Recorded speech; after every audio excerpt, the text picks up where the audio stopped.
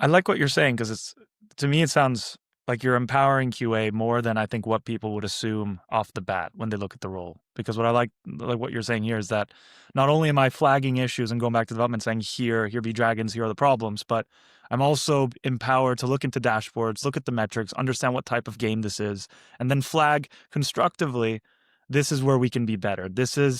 I didn't find many bugs here, but to me, this felt less fun. I really look at this game a lot. I have empathy for the users that play the game or the types of segments that try it, and I just feel like we have a problem. And if you can do that successfully, you get a strong voice in the team because it's like not Yeah, only is Bob coming to me flagging problems, but he's being really constructive and kind of down to earth on what they are, and it feels like it's for the good of the game, not for ego or going on a power trip or maybe just you want to personally progress. That's where a lot of the problems kind of arise between the clashes in teams, right? You get like personalities and stuff, but I always go back to what is good for the game, and that's kind of what it sounds like yeah. you're empowering QA professionals to I do. think I think that's it. Like the more like if you're there and you have like literally a build and you have really no clue over who the target audience is or what the intentions of the game designers are or how they want to go about accomplishing that, then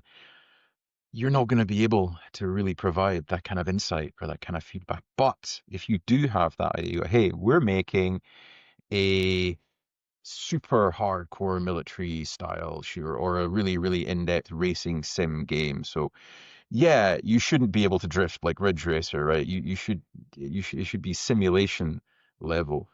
This is what we're aiming for. And also, here's instead of just having the build like what we would call black box testing, where the game is kind of this sealed unit and you can't really see what's happening inside it.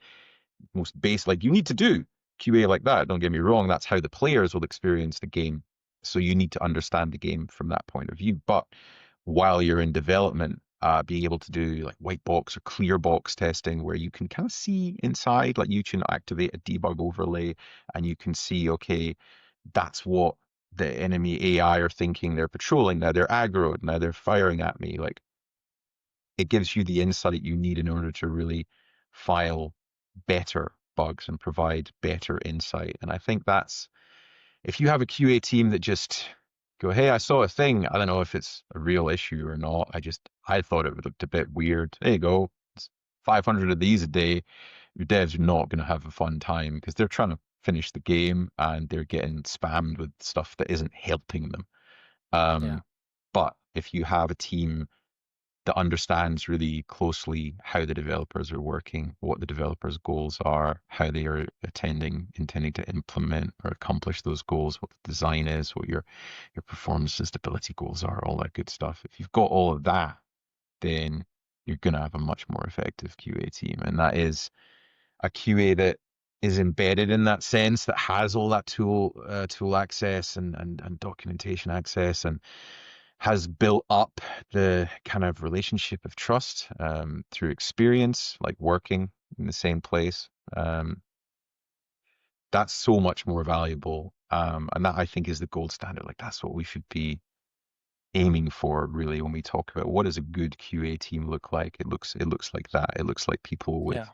a lot of knowledge and experience of not just the game and the genre, but the tools that are being used to build it, who over time proven their worth so that when they say, hey, Dev, red flag, we got a problem here, they don't just go, it'll be fine. They go, oh, damn, okay, QA are worried. We should listen.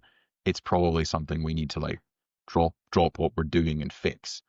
Um, that is, the teams that work in that way are the ones that I've seen be the most effective. And I think it's a shame that's not. I think historically, QA has been disposable. It's like hire a ton of them at the end of the project, throw builds at them, they throw That's what I bugs wanted to back. get to. Yeah. Yeah, you will fix as many of these bugs as possible. We'll get to something approaching quality. We'll ship it done.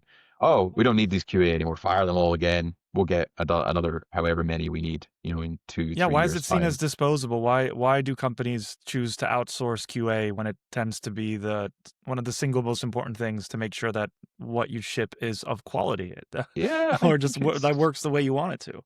Yeah, I think it's legacy. I think part of it comes from this idea of like, oh, well, it's your entry level foot in the door kind of job. Like you don't need a degree in programming or a degree in art or even these days like a degree in game design to get a job in QA. In theory, you can get a job in QA just by turning up and going, I like games.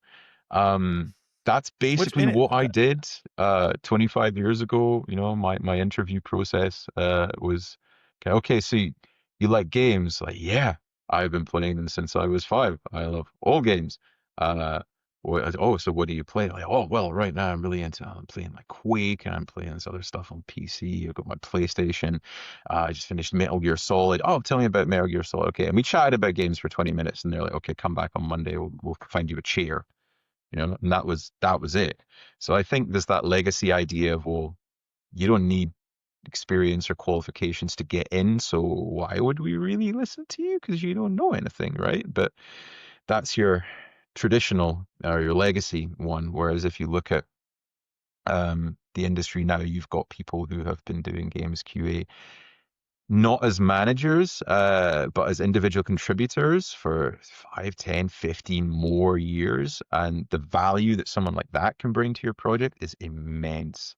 It's like they're not just there testing the builds and going, hey, I broke this thing. They're there in theory. They should be there in the meetings, the design meetings. And this is where you need real close relationship with your dev team. Um, yeah. to be in the design meeting when the designers are drawing on the whiteboard, going, what about this? What about this? And they're trying to make the, make beautiful baby. And you're there going, players will love that. Players will hate that. They will use that to break that. And then they will troll the hell out of all the other players who don't have that with that. And that can be really frustrating for designers because they just want to make the amazing thing. They don't necessarily want to have someone in the room going, whoa, that's not going to work. But if we talk about, this idea of shifting bugs left, you find them, the earlier you find them, the cheaper they are to fix. If you can fix a bug on a whiteboard in a meeting room, it takes 30 seconds and costs you a fraction of a cent in whiteboard marker, right? And in dev time. If you're fixing a bug because your player base of hundreds of thousands have just started screaming about it on Reddit and YouTube, that's a lot more expensive, not just in money and time, but in reputation and stuff like that. So yeah, I think that's yeah, that's kind of a key goal for QA when it comes to working with design or working like embedding QA. And that's kind of the value. I think the challenge that we have, like go back to this idea of, disposable QA. Yeah. The challenge we have is like once you get into the industry, you'll be an individual contributor. You start out as a tester. You could be like a lead tester, senior tester, and at some point, you're probably a lot of places you'll hit this kind of wall where you go, well, you could be a manager. We need a new QA manager. Do you want to be the QA manager? You've got a bunch of experience. You go, well, not really. Like I kind of want to be an individual contributor. I kind of want to be a really good tester and see how good I can get at this craft of understanding games and putting myself in the place of the player and understanding quality and the tools and all the rest. And they go, well, tough because you're a senior tester. We don't have anywhere else for senior testers to go other than management. And it's at that point that senior tester might decide, well, you know what? Maybe I want to try design instead. Or a producer might come along and go, you know a lot about this game, right? Yeah, yeah, we need a junior producer because this other team, we're trying to build this new feature and they don't know how the game's meant to work. Yes. Do you want to be a producer? Do you want to, oh, exciting. And they go, okay. And that's good-ish for the company because they've now got a junior producer or a designer with a ton of experience of what it means to break the thing as well as build the thing. So good, that's helpful. I'm a big fan of, working with producers who have a background in QA. A lot of them do. But at the same time, for the QA team, this is a sad day because a whole bunch of your experience and knowledge just walked out the door into another team because there was no path for them. There was nowhere else for them to go. So I think that's maybe one of the areas where the industry is still lacking is really respecting the idea of really senior individual contributor QA. Like Mm. going, oh, here's our senior dev, right? He's got 10 years of C Sharp and C++, and he's a wizard, can program an assembler. We pay him a ton of money, and we listen when he says this is possible or this isn't possible or this is broken. Here's our principal QA. He's got 15 years of working alongside that guy, helping him build the stuff, testing it for him. We listen to him too. We pay him as well at like a similar level. You know, he has seniority and respect and all the rest of it in the same way that a senior dev, senior designer, senior artist would have. It's possible, it happens in some places, but not everywhere. There is still this kind of, I want to say glass ceiling, but it's kind of you hit a wall at some point where they go, well, we're not paying that much for a tester. Are you serious?